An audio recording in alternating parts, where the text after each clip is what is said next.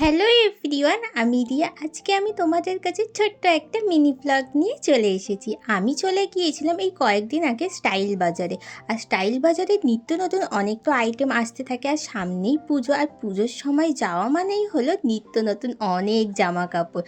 আমাদের বাড়ির সামনেই একদম স্টাইল বাজার, আর আমাদের কিছু রিলেটিভের জন্য জামা কাপড় কেনার জন্যই চলে গিয়েছিলাম স্টাইল বাজারে। আর ওখানে কিছু সেলও দিচ্ছিল, তো সেলের জিনিসগুলো বেশ ভালো ছিল। আর গিয়েছিলাম তো রিলেটিভের জন্য জামা কাপড় কিনতে, আর গিয়ে ওখানে আমার পছন্দ হয়ে গেল একটা টপ। আর সেই টপটা দেখে তো আমার বেশ ভালো লাগছিল বলে আমিও ওটা কিনে নিলাম। মেয়েদের সেকশনটা ঘোরার আগেই মা বললো চল ওপরে আগে ছেলেদের সেকশনটা ঘুরে আসি, কারণ কিছু জামা কাপড় কেনাও বাকি আছে। তার ছেলেদের জিনিসটাই একটু বেশি কিনতে হবে বলে ওই জন্য ঝটপট ওপরে ছেলেদের সেকশনটাতেই চলে গেলাম। আর ওখানে যাওয়ার পর দেখলাম ছেলেদের সেকশনেও যে টি শার্ট ছিল, এছাড়াও যে শার্টগুলো ছিল খুব ভালো ভালো ছিল।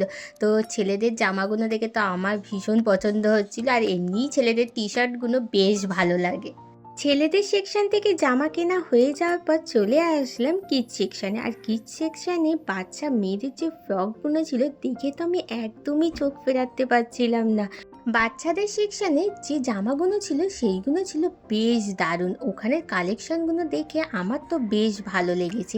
এরপরে চলে আসলাম একদম নিচের ফ্লোরে। এখানে এসে মা বিল করছিল, আর আমি কিছুটা সাইডে গিয়ে, যেহেতু আমি নিচের মেয়েদের সেকশানটা ঘুরিয়ে দেখাতে পারিনি, সেই জন্য আমি তোমাদেরকে এই সুন্দর সুন্দর চুড়িদারগুলো ঘুরিয়ে দেখিয়ে দিলাম।